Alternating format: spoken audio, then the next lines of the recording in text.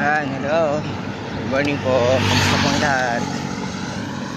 Ayan. Kung makapansin nyo, yung gamit ko ay si Tosikiro, yung aking road bike.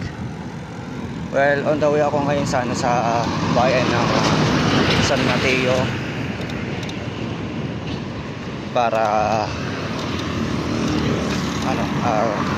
ibigay itong tarp.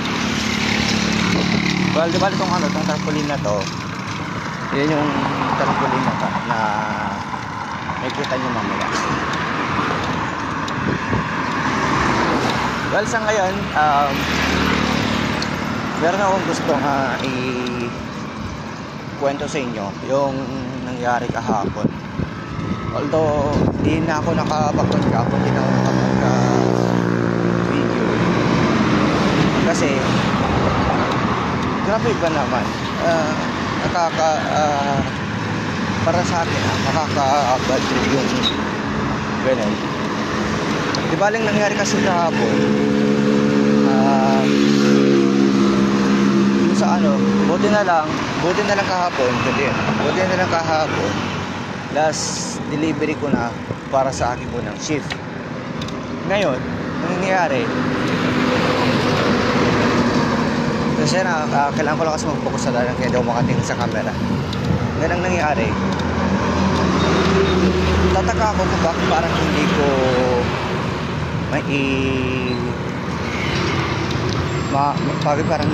parang humihibig yung manobela ko. Yung pala, yung gulong pala sa harapan ni Tosik Brandon flat.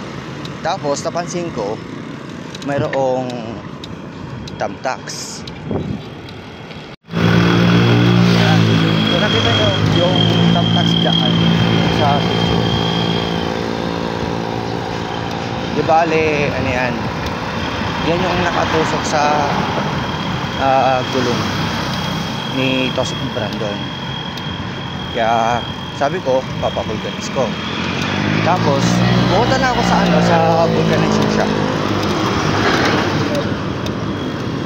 Nung ilulubog na yung interior ko doon sa tubig para makita kung asan yung butas, well, pagkalubog pa lang sa tubig, ang dami na kagad bula. Ngayon ako naman, nagtataka ako kung bakit ganun kadami yung bumubula. So ibig sabihin, madami siyang butas. Pero ang nakabutas lang naman isang tamtax. Tapos ito pa matindi, nung nilubog ng magbo-vulcanize, sabi niya sa akin, boss, wala na to, di na to pwede, sabi niya sa akin. Bakit po? Sabi ko nito, ang dami well, nakikita ko naman talaga na madami. Tapos tinanong ko yung mag-vulcanize kung,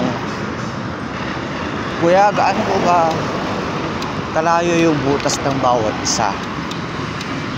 Tapos sagot niya sa akin, wala na boss, di na to pwede, sabi niya sa akin. Tapos nagtanong ulit ako, tapos sinulot ko lang yung tanong ko. Sabi ko sa kanya, kuya, gaano ba kadami yung butas? Yan nga po boss, madami. Pero gaano, tapos follow up ako ulit ako kagad. Pero gaano ba kalayo yung butas ng bawat isa ka ako? Wala nga po boss, ano po yan madami na po, bili ka na lang po ng bago, bili ka na lang dyan sa tapat, sabi sa akin. Ngayon, ang punto ko doon, kung chinek sana ng maayos ng magbo-vulcanize yung interior ng gulong ng bisikleta, kung paano yung pinakamagandang remedyo,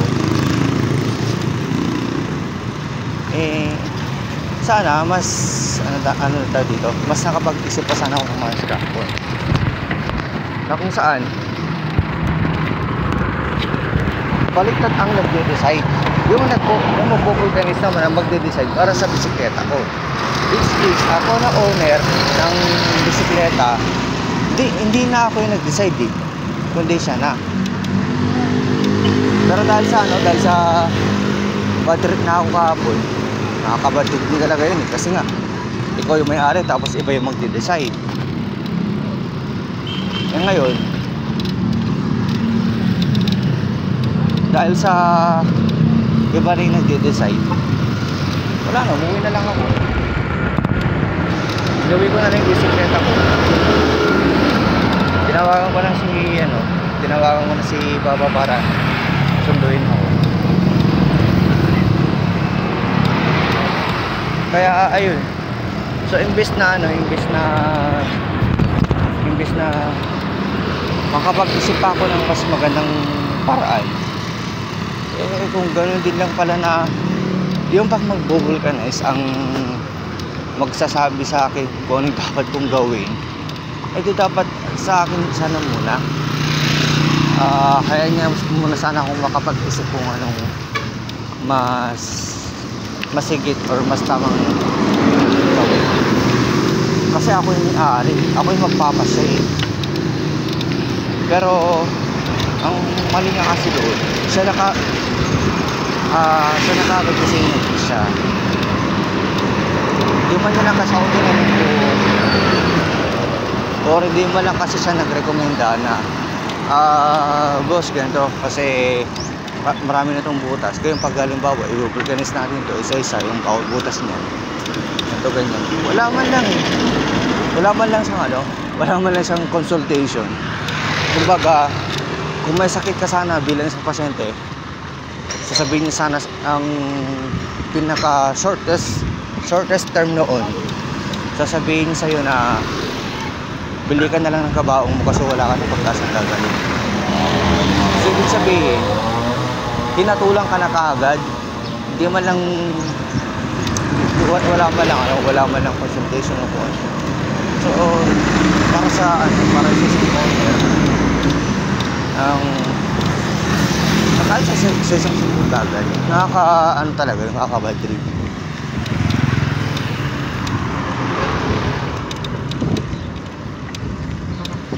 Kaya yun lang yung gusto kong ibahagi sa inyo. Kaya naman ito po, ongoing ako ngayon sa bahay ng San Mateo. Sa ngayon, dito pala ako sa bahay ng Kabatuan para bumili ng interior.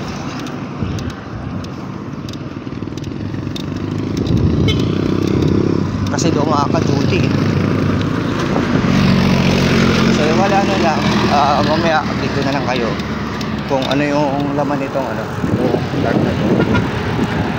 So nakikita nyo mamaya doon sa shop.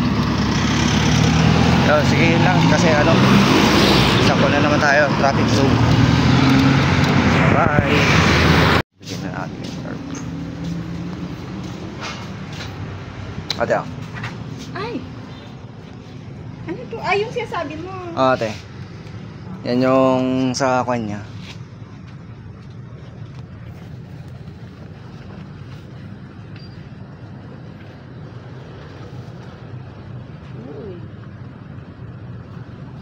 Yan yung naging rota. Tapos ito yung yung date na na nag-start ako. Tapos yan yung oras na umalis ako. So ito din yung starting line ko. Pati rin sa finish line. Sige, ikaw na. Tapos nilagay ko na lang yung bike. Wow. Ganda ah. Di ko alam kung saan na to picture. It's either sa Claveria ata or sa Zambales. Ay, nagpunta ka rin sa Bali? Yan daw, tinan mo. Oo, hindi ko kasi kabisado ka. As in talagang ganyan eh. Alam mo, ito yung pangarap kong mag-ikot. Tinan mo yung distance oh. Napakaswerte ng na-enjoy mo. Oh, layo ah. Ilang kilometers to? Ayan ate. Yun siya. 1,560. Galing. Tapos kanya tira mo yung kung tatanungin nila kung ilang days, ito October 2. Natapos ako ng 11. So 10 days siya. Na-enjoy mo ha.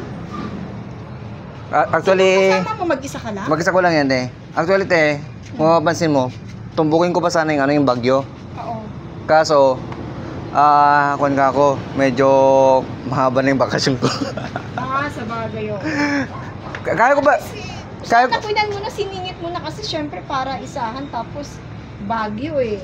Nag-ikot Pero ka kung siguro, hoping by next time. Na ano. Sa bagay. Galing mo. Ilagay na. Pero at least kung pa rin, lumabag pa ako ng Cordillera. Yung hindi ko pa napuntahan, dun sa sa Tabuk. Tabuk. From, Maganda doon. dun sa from Enrile, Oh. pumasok ako ng pinasok ko pa dun sa Tabuk. Tapos palabas na dito sa may Alfonso Lista.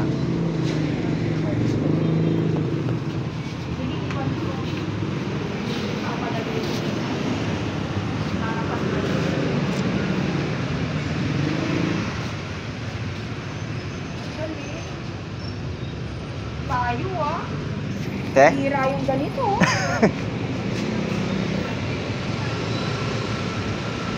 Hanapin natin ang magandang spot. Dapat pati-picture mo, meron ka dito. Panda, hindi ka ako gano'ng nakapag-picture. Hindi, ang baka mo lang, magkakanta yung sa timer yung cellphone.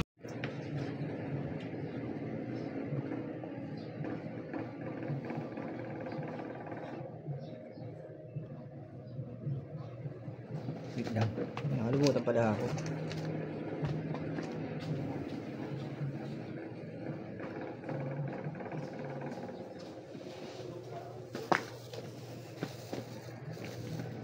Yun, di bali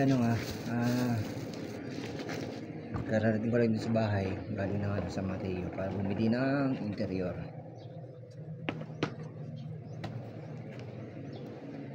So sa ngayon, double check ko muna to kung wala na bang something na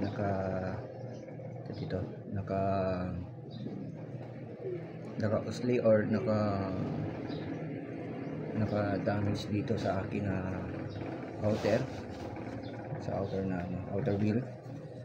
Tapos bago ko ilagay itong pinili ko, yan, submit tube size 29. Yan.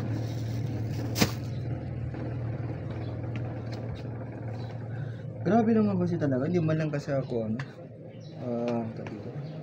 di ba lang kasi nag-consult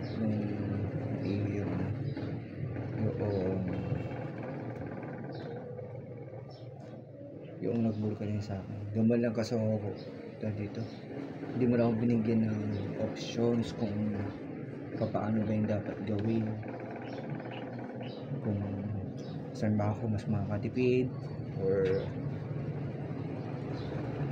kung ano man. Basta diniktan na lang na sinabi na lang niya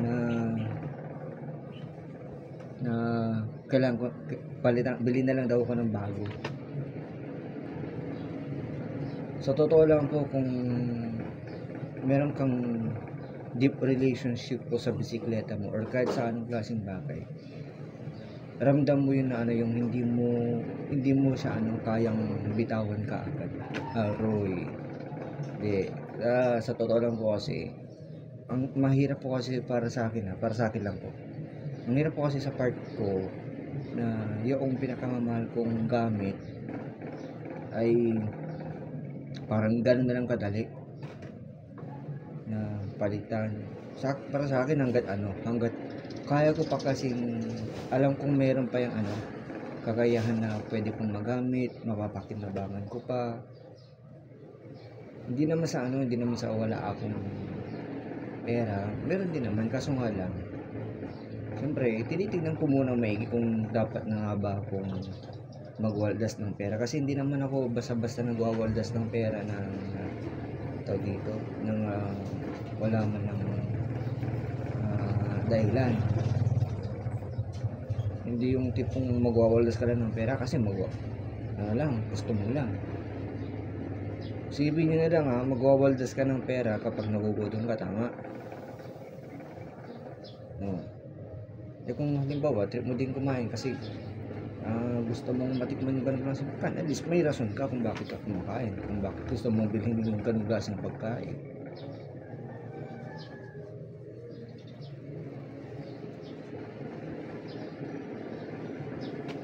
Yan, talagang kailangan natin suriin to. Kasi kung hindi natin i-double check tong tile natin, may mga pa ba? Kasi kung meron tayong hindi makapansin, mahirap na. Anyway, paluba na din pala yung cellphone ko, mga lang siguro yan, last 5% remaining. So mamaya kailangan ko na i-charge. So siguro baka hindi ko na rin documents mamaya yung video kasi oras na rin is around 11 AM. So dito kailangan ko pang makapaghanda ng mga gagamitin ko na gamit ko sa trabaho. Ayan, kasi mag-duty pa ako. Although di na ako makakapasok itong umaga niya. Hanggang 2 PM pa yung duty ko. Pero hindi ako makakapasok. So pagka nag-end na ko yung video ko dyan, ibig sabihin sinaskan ko yung cellphone. At doon na rin po nag-end yung documentary videos ko for this day.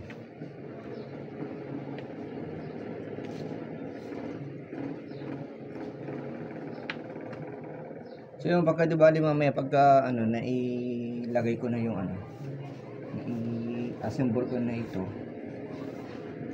baka doon na lang siguro yung video ko. Kasi hindi sobrang mabusisi talaga ako sa ganito.